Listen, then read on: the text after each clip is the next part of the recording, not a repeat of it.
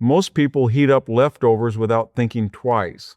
A little cold chicken in the pan, some rice from last night, maybe a cup of coffee that went cool on the counter. Seems harmless. Seems like the sensible thing to do. But here where I live, there are four things that never go back on the stove. Not because of some rule anybody wrote down, because our mothers and grandmothers knew what happened when they did, and they chose not to take that chance. I am Amos Byler. I have lived on this land my whole life, and I've eaten from this earth my whole life. I have watched people from the English world grow old in ways that puzzle me. The same complaints year after year. Stomach troubles, fatigue that never lifts, the slow grinding decline that everyone seems to accept as just part of getting older. And I keep thinking, we eat the same foods you eat, but we don't prepare them the same way.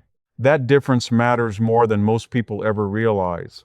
There are four foods we never reheat, not after we turn a certain age, not ever, really, but after 60, the stakes are different. The body is different, and what used to slide by without consequence starts leaving a mark.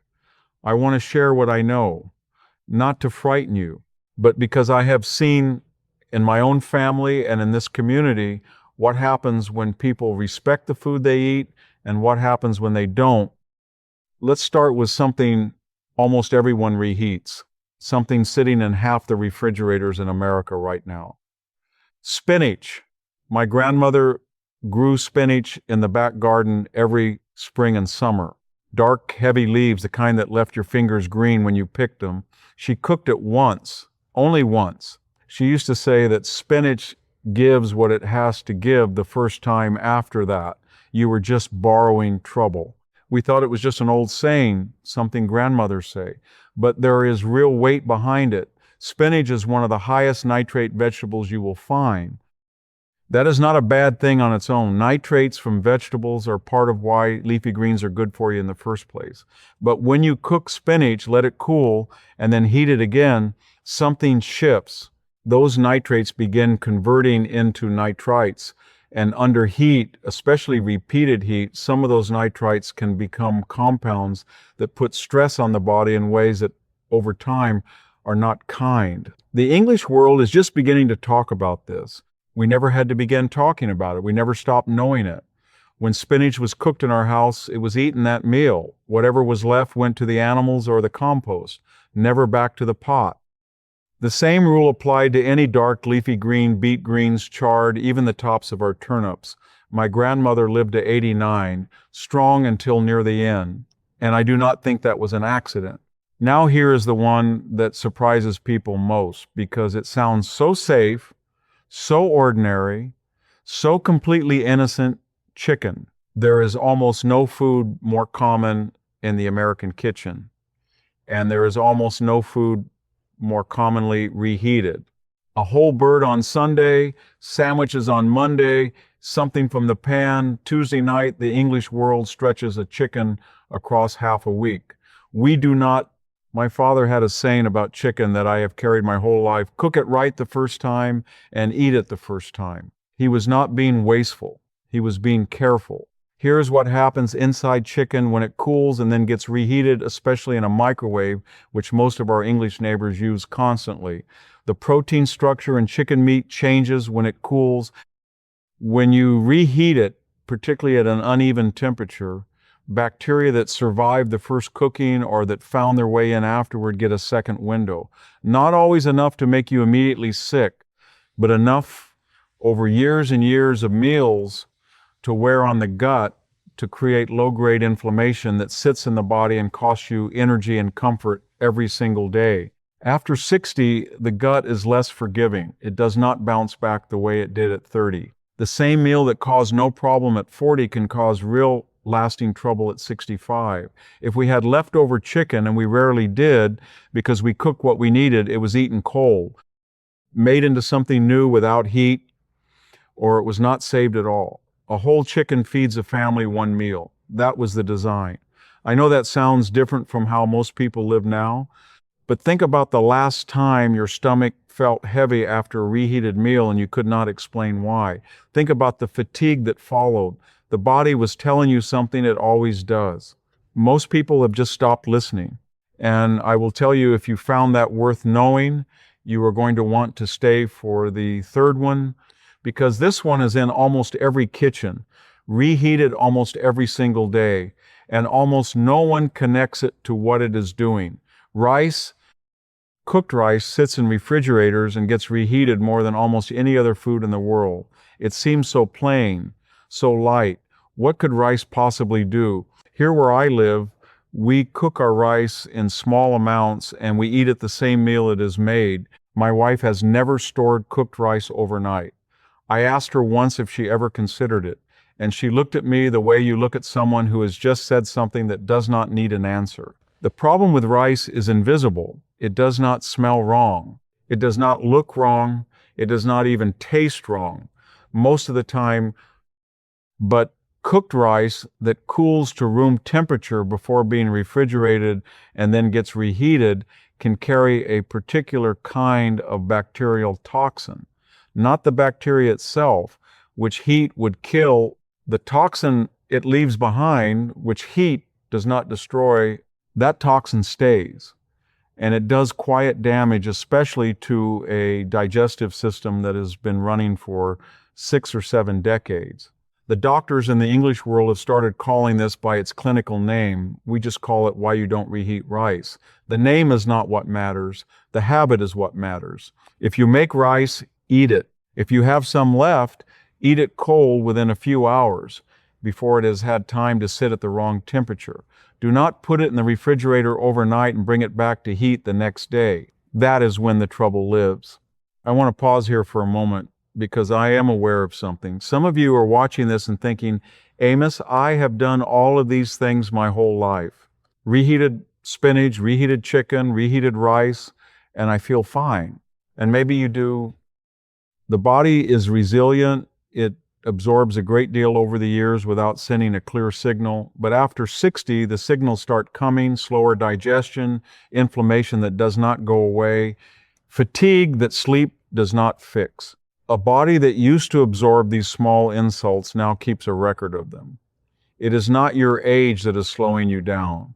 It is the accumulation of small things, repeated quietly over thousands of meals.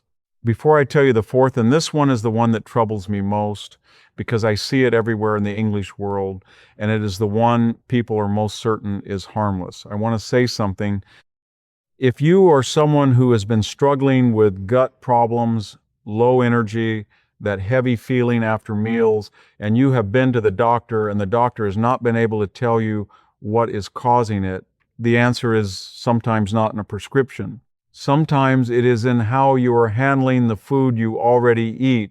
I am not a doctor. I am not telling you to stop seeing yours. Please keep those appointments. What I am telling you is that our people have stayed well using ways of living that cost nothing and require nothing except a little attention. And if this is finding you at the right moment, I hope it helps. There are people who need to hear this, and I hope you share it with them. If this is the kind of wisdom you want close by, the kind that has been lived and not just studied, then stay near this channel, because this is what we are here to share. Now, the fourth food, eggs.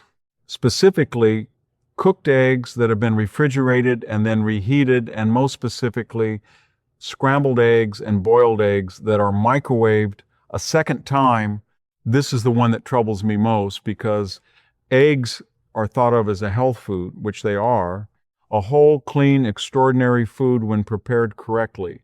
My family has kept chickens my entire life.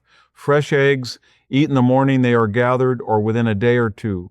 Cooked once, eaten right away. But I have visited English homes, relatives who left the community, neighbors who invite us over, and I have watched perfectly good eggs cooked the night before, stored in a container, and microwaved the next morning. Scrambled eggs reheated for a child's breakfast. Hard-boiled eggs warmed up in the microwave. Here is what matters about eggs specifically after 60. The protein in eggs is delicate and complex. The first time you cook an egg, the proteins change in a precise and useful way. The second time you apply heat, those proteins are stressed in a different direction, one that makes them harder for your body to process, and harder for your gut to break down cleanly. And the sulfur compounds in eggs, which are natural and harmless, when the egg is fresh and cooked once, begin converting to different compounds with repeated heat. Not dramatically, not in a way you can taste, but in a way the gut registers, particularly an older gut. My grandfather, 96 years old when he died, and he was still walking the fence line of his property 3 weeks before the end. My grandfather ate eggs almost every morning, but they were always cooked fresh.